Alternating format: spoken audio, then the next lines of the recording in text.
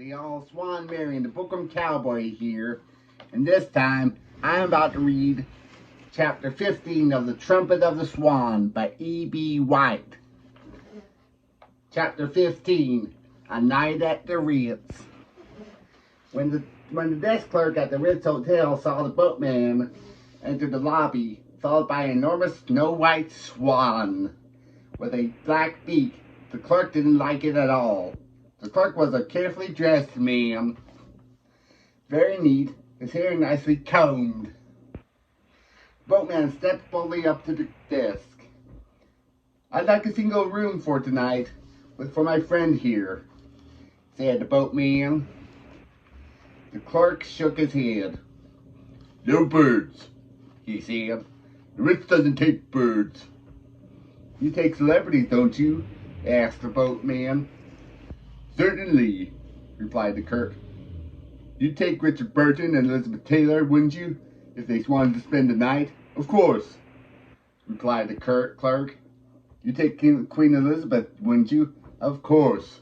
"Okay," said the boatman. My friend here is a celebrity. He's a famous musician. He created a sensation in the public garden this afternoon. You must have heard of the commotion. He's a trumpeter swan and plays like the great Armstrong.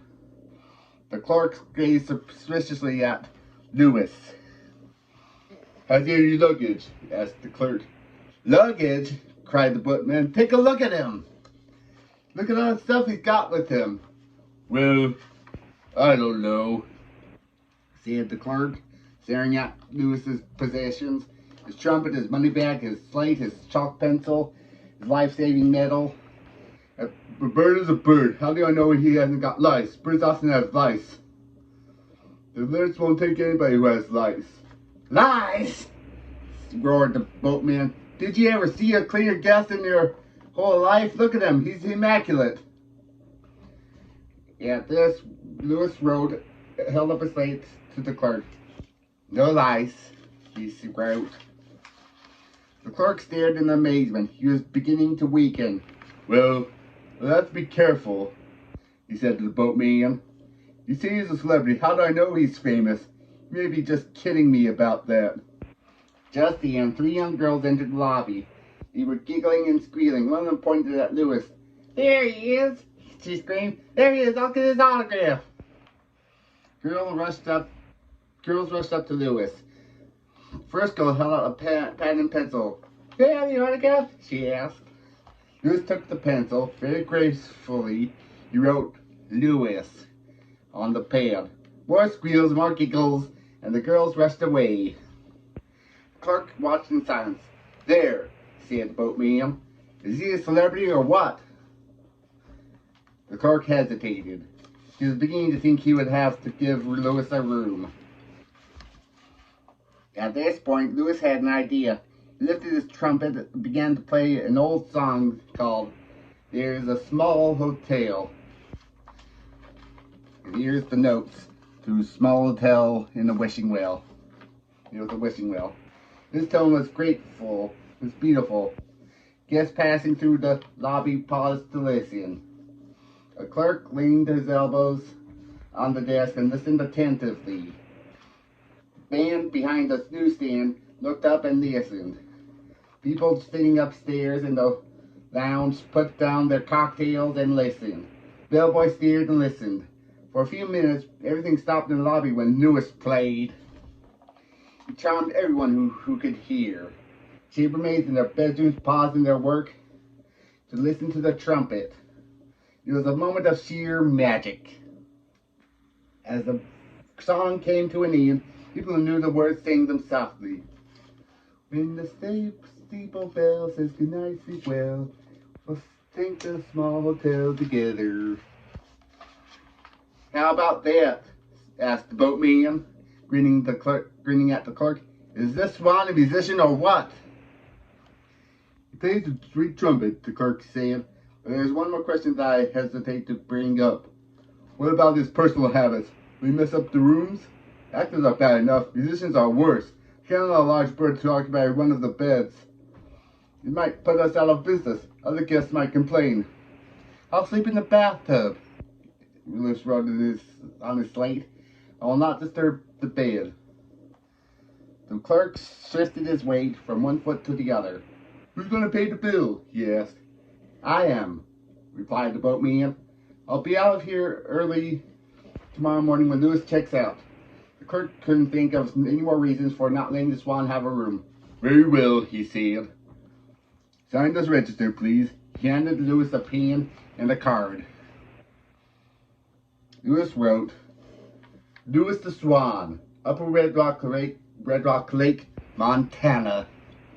Hart studied it. Seemed satisfied at last. He summoned the bellboy and handed him a key. Take this gentleman up to his room, he ordered. Lewis removed his medal, his trumpet, his slate, his chalk pencil, and his money bag, handed them to the bellboy. Together they walked to the elevators. The boatman said goodbye. Sleep well, Lewis, called the boatman, and be ready to come to work promptly in the morning. Lewis nodded. The elevator door opened. This way, sir, said the bellboy. They entered the elevator and waited for the door to close. A rich smell of perfume filled the air. Lewis stood very still. Then he felt himself rising. The elevator stopped at the seventh floor. The bellboy led Lewis to a room, unlocked the door, and ushered him in. Here you are, sir, he said. Would you like a window open? The bellboy put Lewis's luggage down, snapped on a few lights, opened the window, laid the room key on the dresser. Then he waited. I guess he wants a tip, thought Lewis. So he went into his money bag, loosened the drawstring, and took out $1. Thank you very much, sir, said the bellboy. Taking the dollar, he went out and closed the door softly behind him. Lewis was alone at last. Alone in a room at the Ritz. Lewis had never spent a night alone in a hotel. Tracy walked around, whoops, dropped my shorts.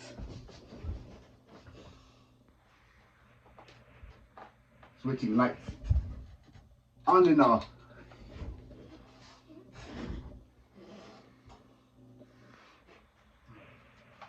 On and off. Examining everything. In the writing desk, he found a few sheets of letter paper that said, Ritz-Carlton, Boston. He felt musty and dirty, so he went to the bathroom, climbed up into the tub, pulled the shower curtains across, and took a shower bath. It felt good to reminded him of the water fights he used to have with his brothers and sisters. He was careful not to splash any water out of the tub. When he was finished, he stood for a while, admiring both the bath mat and preening his feathers. Then he felt hungry. On the wall of the bedroom, he found a button that said, Waiter! Lewis put his beak against the button, pressed hard. In a few minutes, there was a knock at the door, and the waiter entered. He was nicely dressed and tried not to show surprise at finding a Swan in the room. May I get you something? He asked. Lewis picked up this chalk pencil.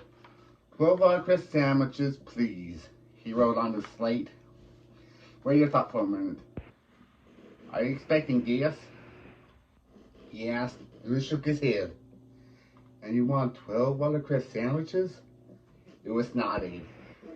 Very good, sir, said the waiter. You wish them with mayonnaise? Lewis didn't know what mayonnaise tasted like, but he thought best. He cleaned the slate and wrote, one with, 11 without. The waiter bowed and left the room. Half an hour later, he was back. He rolled the table into the room, placed a huge platter of watercress sandwiches on it, along with a plate, knife, a fork, spoon, salt, and pepper, a glass of water, and a linen napkin nicely folded.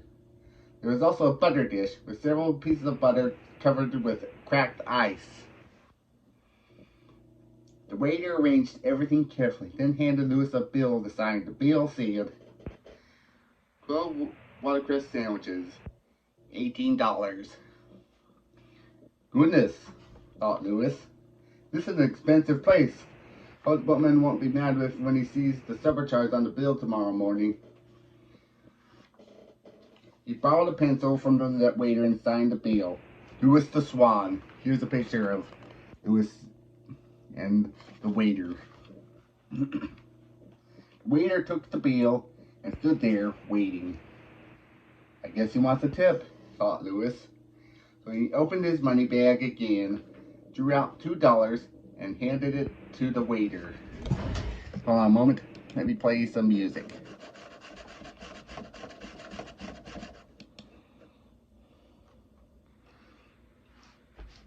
Drew out $2 and handed it to the waiter, thanked him, bowed again, and went away.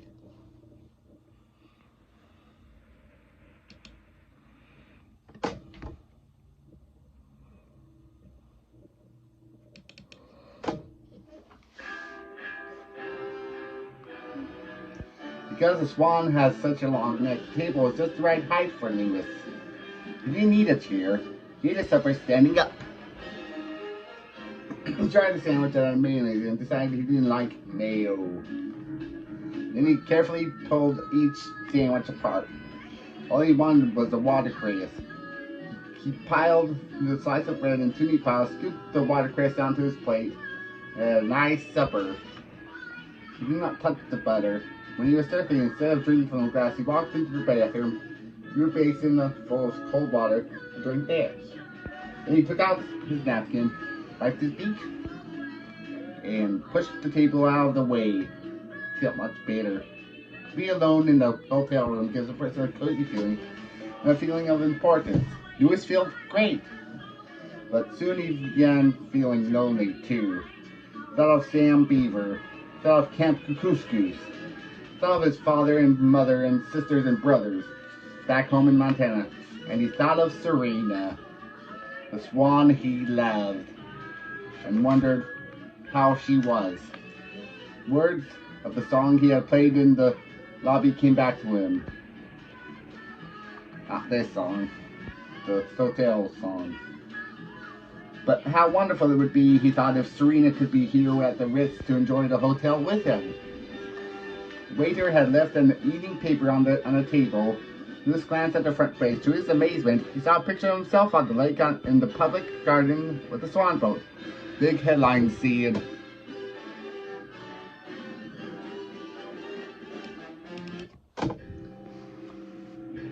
Boston goes wild over the trumpet of the Swan. The new story began. There's a new bird in town. His name's Lewis. He is a trumpeter swan that plays the trumpet. He really plays, incredible though it may seem. This rare and beautiful bird has accepted employment with the Swan Boat Management in the public garden and is entertaining boat riders with his smooth trumpet.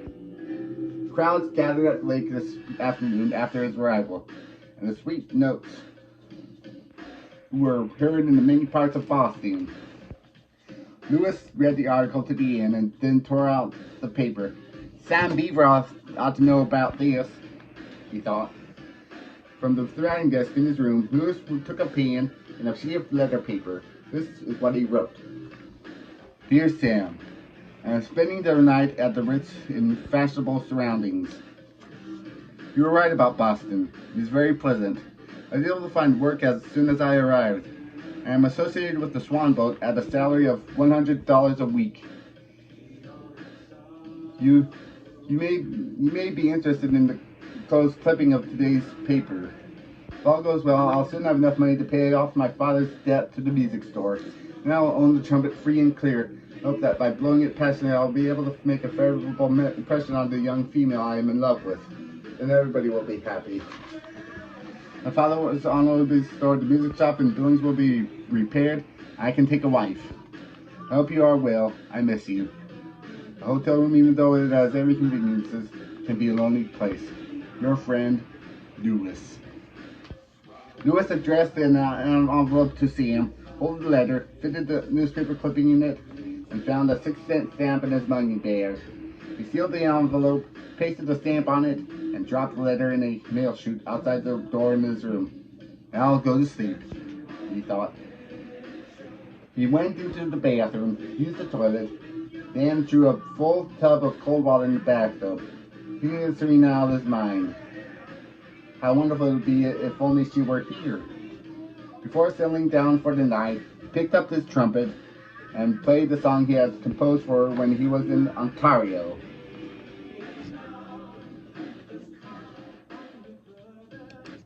Oh, ever in the greening spring, by bank and bough retiring, for love shall I be sorrowing, and swans of my desiring. He tried to play softly, but in a minute the phone rang in his room. Lewis lifted the receiver and put it to his ear. "I'm sorry, sir," a voice said, "but I'll have to ask you not to make so much noise. Lewis does not allow its guests to play brass instruments in the bedrooms." Lewis hung up the phone and put his trumpet away. Then he turned off the lights, climbed into the tub, curved his long neck around to the right, rested his head on his back, tucked his bill under his wing, and lay there, floating on the water, his head cradled softly in his feathers. Soon he was asleep. Dreaming of little lakes in the north in the springtime. Dreaming of Serena, his true love. And on that, we'll continue this tomorrow.